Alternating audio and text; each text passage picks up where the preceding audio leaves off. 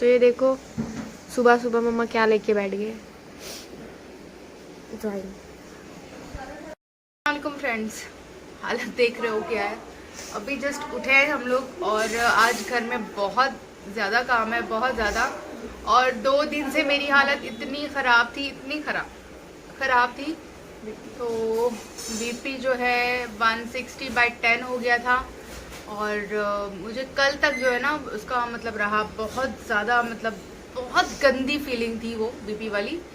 But आज morning में जब उठी हूँ तो अच्छा लगा कि अब कुछ ऐसा नहीं फील हो रहा है जैसे कल फील हो रहा था। ड्रॉजीनेस और थकान, इस तरीके से मुझे कुछ भी नहीं फील हो रहा है अभी फ़िलहाल। तो बस उठी हूँ। कल मैंने बनाई थी ये ड्राइंग।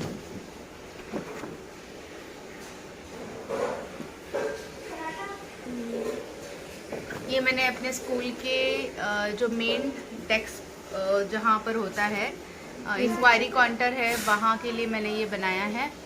तो अब देखते हैं क्या। ये तो कल मैंने नशे में बनाया था, जो नशा चढ़ा हुआ था ना मुझे इसका हाई बीपी का, तो मैंने उसी में मैंने बनाया था। बट लग तो अच्छी ही रही है। अब इसको कटिंग करना है और अभी मुझे पर्दे लगाने हैं। मतलब पर्दे तो खैर फरा लोग लगा लेते हैं, लेकिन एक जो है ना मिडल का जो पर्दा है उसका पाइप छोटा है, उसको मैं कैसे एडजस्ट करूँगी। बस सिर्फ मुझे ड्रिल मशीन चाहिए। अगर ड्रिल मशीन वाला कोई आ गया तो वो काम भी मेरा हो जाएगा। और पैसे की शॉर्टेज है, अदरवाइज़ मैं ले आती जो बाहर हॉल है उसके लिए मैट ले आती, तो थोड़ा सा क्लीन हो जाता। उसकी वजह से हमें ना बार बार जो है ना वो झाड़ू मारनी पड़ती है। तो देखते हैं क्या होता है। कोई अल्लाह का फरिश्ता अगर आ गया, ज़्यादा पैसे भी नहीं चाहिए, 3000 रुपये चाहिए। 3000 में मेरे दोनों रूम के मैट्स आ जाएंगे। तो कोई अगर अल्लाह का फरिश्ता देकर चला जाता है तो बहुत अच्छी बात है, अदरवाइज़ हम ऐसे ही ईद मनाएंगे। तो मिलती हूँ फ्रेंड्स आपको। भागी भागी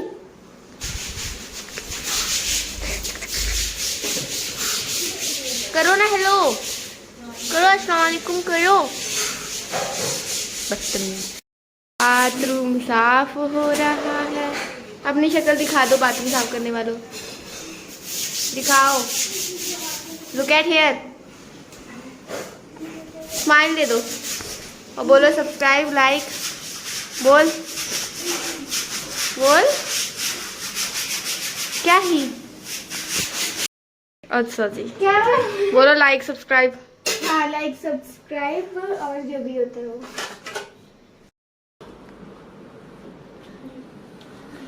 लाइक सब्सक्राइब। क्या हो रहा है घर में इधर, बोलो बोल। मैं ये डाल दूंगी।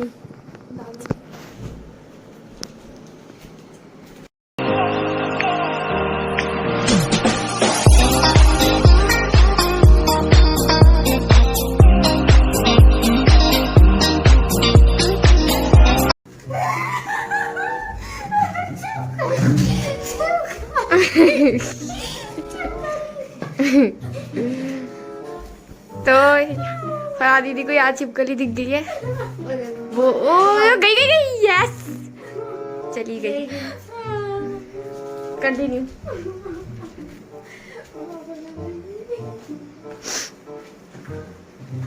गई वो यार बाहर। एक और होगी दीदी, क्योंकि मैंने कल सोचा था देखी थी दीवार पे, अब क्या पता नीचे आ गई।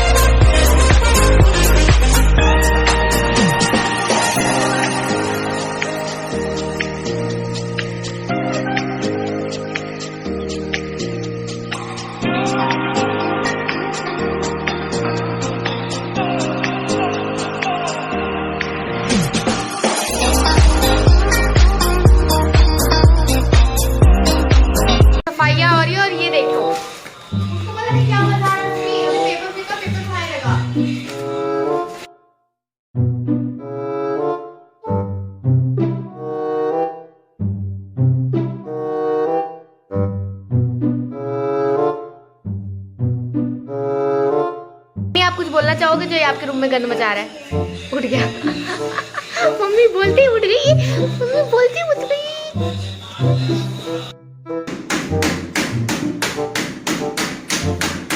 एक, दो, तीन।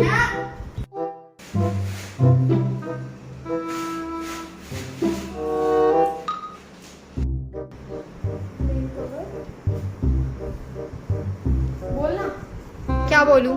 मैंने साफ किया। बस इसने अब तक ये किया और कुछ नहीं किया है।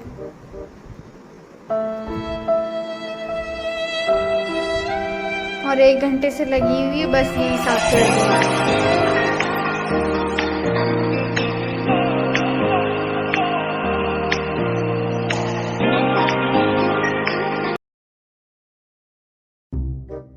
बाहर आ नहीं सकते बाथरूम जाने के लिए। किसकी बाथरूम मत होती है? हाँ, ये लोग बोलते हैं कि मेरी मतलब मैं जब सो जाती हूँ तो इनकी बाथरूम बंद हो जाती है। मतलब ये क्या, प्लीज कोई कमेंट में बताएगा कि ये क्या बात है। अजीब बात है, कोई शर्म नहीं आएगी लोगों को लिखते हुए। अब इतना सारा काम बाकी है और मेरी तो हालत डाउन हो गई है। मेरी 2 दिन से हालत ठीक नहीं है। अब फ्रिज साफ किया है, आहिस्ता आहिस्ता काम हो रहा है, ऑलमोस्ट हो चुका है। कर्टन्स लगने हैं और एक विंडो टूट गई है ज़ोरदार तूफ़ान की वजह से। ये वाली विंडो हमारी टूट गई है, तो इसकी वजह से ना एसी का सारा जो कूलिंग है वो बाहर चला जाता है। मैंने अपना टेबल रेडी कर दिया है, मुझे कभी बैठ के लिखना होता है, ड्राइंग करनी होती है, तो मैंने ये टेबल मेरा यहाँ पर सेट कर दिया है अपने ही रूम में। कोई टेंशन वाली बात नहीं, क्योंकि मुझे ज़्यादा काम होता है लिखने वाला। और अब बाहर का वेदर देखो, बादल तो है लेकिन क्या है कि धूप बहुत ज़्यादा है। अभी भी गर्मी है, धूप नहीं है बट गर्मी बहुत ज़्यादा है। तो ये मेरा टीवी के पास भी थोड़ा बहुत सामान है, इसको भी सेट करना है। बड़ा टीवी मेरा ख़राब हो गया है तो वो बनने के लिए गया हुआ है। बस काम हो रहा है, होते होते क्योंकि कल शायद ईद नहीं है, परसों ईद है। ये वही मैट है जो मैंने लाए थे, इनका हालत देखो क्या हो रही है। यही मैट है, ये देखिए। ये रूम भी अभी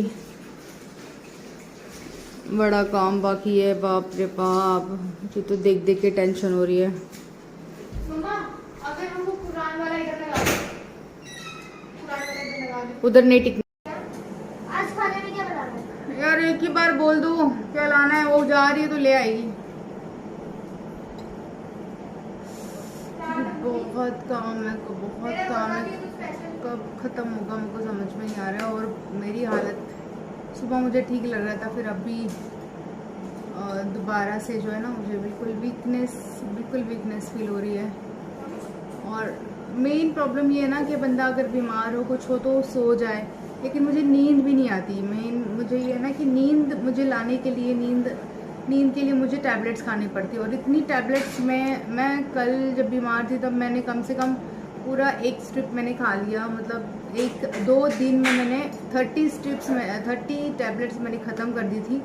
लेकिन अब मुझे भी सोचना चाहिए कि मतलब मेरी विल पावर उतनी हो ही नहीं रही है कि मैं कितना कोशिश कर रही हूँ तो मुझे दवाई की ज़रूरत ना पड़े, लेकिन मुझे दवाई की ज़रूरत पड़ ही रही है। अब आहिस्ता आहिस्ता काम हो रहा है, काम जल्दी ख़त्म हो तो सबको रिलीफ मिले। आज जुम्मा भी है, नमाज भी पढ़ना है, तो देखते हैं क्या होता है। अब ये वाला सीन दिखाऊंगी। मम्मी ये क्या कर रहे हो? इससे मम्मी आपका मन तो यही कर रहा होगा मैं यही रह जाऊं, इधर खड़ी हूँ। कूलिंग आ रही है ना, फिर मैं भी सुनूं। मेरा मन कर रहा है कि इसके अंदर मैं लगा लूँ अपना बेड और सो जाऊँ, तो सारा नींद नहीं ना आती।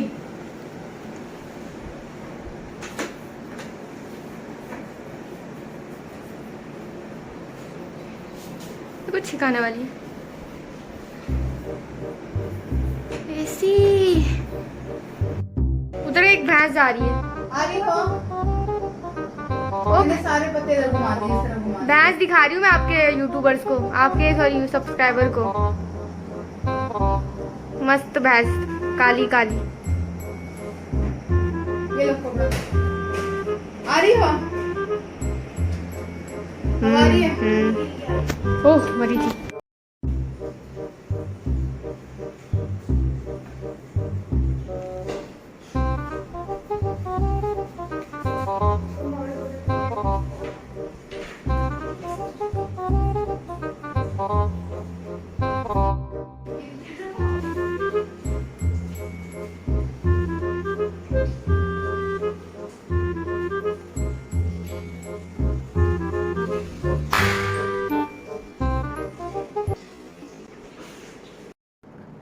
अस्सलाम वालेकुम। सारा काम वगैरह करके नहा के नमाज़ पढ़ के मैं सो गई थी क्योंकि मुझे बहुत ज़्यादा फ़ीवर था, तो इसलिए मैं सो गई थी। अभी थोड़ी देर पहले उठ कर मैंने खाना खाया है और हिम्मत कर रही थी बाहर जाने की कि थोड़ा देखूं क्या है क्या नहीं है। ऑलमोस्ट घर की सारी सफाई हो गई है, सिर्फ पर्दे बर्तन और ये सिर्फ धुलने बाकी है, तो वो इंशाल्लाह आहिस्ता आहिस्ता हो जाएंगे। बट आज मेरा ज़्यादा कोई पार्टिसिपेशन नहीं रहा घर के काम में, लेकिन क्या करें, जब ईद है तो सफाई तो बनती है। तो आज की प्यारी बात मैं आपसे ये कहने जा रही हूँ कि ट्रस्ट क्या होता है कि जब आप किसी पे ट्रस्ट करते हो या आप पे कोई ट्रस्ट करता है तो उसका ट्रस्ट कभी भी मत टूटने देना। हाँ, किसी वजह से अगर आप उसका साथ नहीं दे सकते हो तो खुल के वो बात उसके सामने रखें कि शायद आगे हमारा साथ नहीं रहेगा, वजह कुछ भी हो, लेकिन आप खुल के बता दें।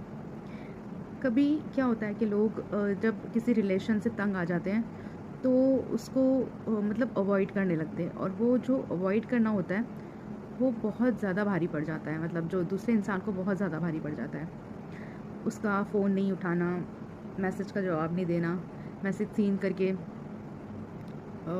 स्टैचू बन जाना, और अगला देखता रहता है कि आपके मैसेज का जवाब आएगा, आपका कोई आंसर आएगा, लेकिन आप उसको कोई आंसर नहीं करते हो। इनफैक्ट जब आपका मैसेज जाता है और उस वक्त आप ऑफलाइन हो जाते हो, लेकिन जब आप दोबारा देखते हो तो वो बंदा दोबारा से जो है वो ऑनलाइन आ जाता है। तो ये सारी निशानियां हैं एक इंसान के बदलने की। तो भाई लाइफ तो आपकी भी है और लाइफ हमारी भी है, तो इस तरीके से किसी को भी जो है ना उसकी लाइफ का ना जो बतंगड़ नहीं करना चाहिए, क्योंकि कोई अगर आपसे सच्चा प्यार करता है तो वो आप पे डिपेंड होता है हर चीज़ पे। ये नहीं है कि किसी एक चीज़ पे, ऑलमोस्ट वो हर चीज़ पे, मतलब वो ट्रस्ट करने लगता है आपको, हर चीज़ पे वो आप पे डिपेंड होता है। तो उसका ट्रस्ट अगर आपको उसका साथ नहीं चाहिए तो आप सीधे सीधे आमने सामने बैठ के बोल दीजिए कि नहीं, हमारा साथ जो है यहीं तक है, मैं और इस रिलेशन को लेके नहीं जा सकता या नहीं जा सकती।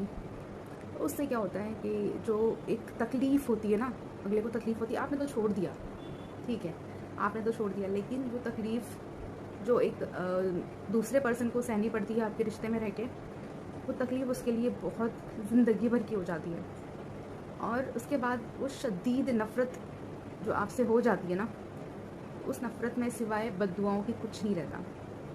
इसलिए आप किसी भी वजह से अगर उस रिश्ते को ख़त्म करना चाहते हो तो सामने से आके बोल दीजिए कि हमें इस रिश्ते के साथ नहीं रहना है। बस आज की मेरी प्यारी बात में सिर्फ यही एक छोटा सा मुद्दा मैं लेकर आई हूँ। शायद सबके साथ रिलेशन है और हर कोई रिलेशन में होगा, हर कोई इस तकलीफ़ से गुज़रा होगा। तो मैं यही चाहती हूँ कि प्लीज़ अपने, और जो इस रिलेशन में रहते हुए टूट चुके हैं, मैं कहती हूँ कि ऐसे बेवकूफ़ों के लिए अपनी एक जो लाइफ है उसको ख़त्म ना करें, उसको स्पॉइल ना करें। आपके साथ बहुत सारे लोग जुड़े हैं, उनका देखें। मेरी हालत इतनी ख़राब है कि मैं बोल नहीं पा रही हूँ, लेकिन टॉपिक कुछ ऐसा ही है कि बोलना पड़ा। सब कहते हैं ना किस्मत का खेल है, और आज के दौर में मैं बोलती हूँ कोई बंदा ऐसा नहीं है कि आपको सच्चा मिलेगा। तो सच्ची दोस्ती, सच्चा प्यार ढूंढने की कोशिश में आप नाकाम होने वाले हो। 110% ऐसे लोग हैं जिनको सच्चे लोग मिल जाते हैं, सच्चे दोस्त मिल जाते हैं, सच्चा प्यार मिल जाता है। अदरवाइज़ जितना हो सके अपना काम करें, अपने काम में ध्यान दें, अपनी स्टडीज़ पे ध्यान दें, अपने घर के लोगों को प्यार दें और उनसे प्यार हासिल करें। इंशाल्लाह एक ना एक दिन आपको आपका पार्टनर सच्चा ज़रूर मिलेगा। लेकिन ये दिखावे के और ये वादों के और ये कहते हैं ना कस्मों के पीछे मत जाइए। ये सब झूठ है, सिर्फ झूठ, सिवाय झूठ के कुछ भी नहीं है। जो आपको जितना ज़्यादा कस्में दे के वादे देकर आपको रोकता है ना कि नहीं मैं ही हूँ और मैं ही आपसे करता हूँ या मैं ही आपसे करती हूँ, तो वो सबसे पहले तो वो बिल्कुल झूठ होता है। आपको तो तसल्ली मिल जाती है उस वक्त कि नहीं यार इतनी कस्में खा रहा है, इतनी कस्में खा रही है, तो हो सकता है सच्ची होगी, लेकिन नहीं, कस्में खाने वाले हमेशा झूठे होते हैं। तो ऐसे लोगों पे ध्यान मत दें और अपनी लाइफ में मस्त रहें, अपनी लाइफ को स्पॉइल ना करें। अगर आपके साथ ऐसा कोई हादसा हो भी गया है तो उसको बहुत जल्दी से जल्द भूलने की कोशिश करें और किसी और ज़रूरत नहीं है आपको किसी साथी की, जब तक आपके नसीब में ना हो। आप अपने काम के साथ, अपने स्टडीज़ के साथ बहुत अच्छी लाइफ जो है वो निकाल सकते हो। हाँ, एक सच है कि तकलीफ़ जो है ना, वो तकलीफ़, वो चुभन, वो हमेशा पूरी लाइफ रहती है, लेकिन जितना जल्दी हो सके उस लाइफ से बाहर निकलने की कोशिश करें। तो आज का ब्लॉग मैं यहीं पर ख़त्म करती हूँ। सॉरी, पता नहीं आपको मेरी आवाज़ आई भी होगी कि नहीं, क्योंकि मैं शदीद बीमार हूँ। फीवर जो है वो अंदर से जा नहीं रहा है और मेरा कुछ करने का मन नहीं कर रहा है। ईद भी शायद हज आज हो गया है और कल इंशाल्लाह ईद है, तो देखते हैं कि मैं ईद किस तरीके से कर सकती हूँ। ज़्यादा कुछ तो हमने करना नहीं है। खैर, हमारी नमाज जो हमारी तिलावतें हैं वही अल्लाह को हम दे सकते हैं तोहफे में, और तो हमारी कोई ज़ात नहीं है इतनी कि हम अल्लाह को खुश कर सकें। हम तो बहुत गुनहगार बंदे हैं। बस सब लोगों के लिए मैं यही दुआ करती हूँ कि ज़्यादा से ज़्यादा नेकियां करें, अल्लाह के करीब हो और ज़िंदगी में अच्छा करें। किसी को दुख में देखे तो उसका साथ दें, किसी को तकलीफ़ में देखे तो उसकी तकलीफ़ कम करने की कोशिश करें, अपने बड़ों की इज़्ज़त करें और बस हज मुबारक हो सबको और इंशाल्लाह ईद भी एडवांस में मुबारक हो। क्योंकि कहते हैं ना कि बंदे की ज़िंदगी कब तक है, कहाँ है, हमें नहीं पता होती। मैं आज आपसे बात कर रही हूँ, कल शायद मिलूँ ना मिलूँ, तो सबको एडवांस में मेरा ईद मुबारक।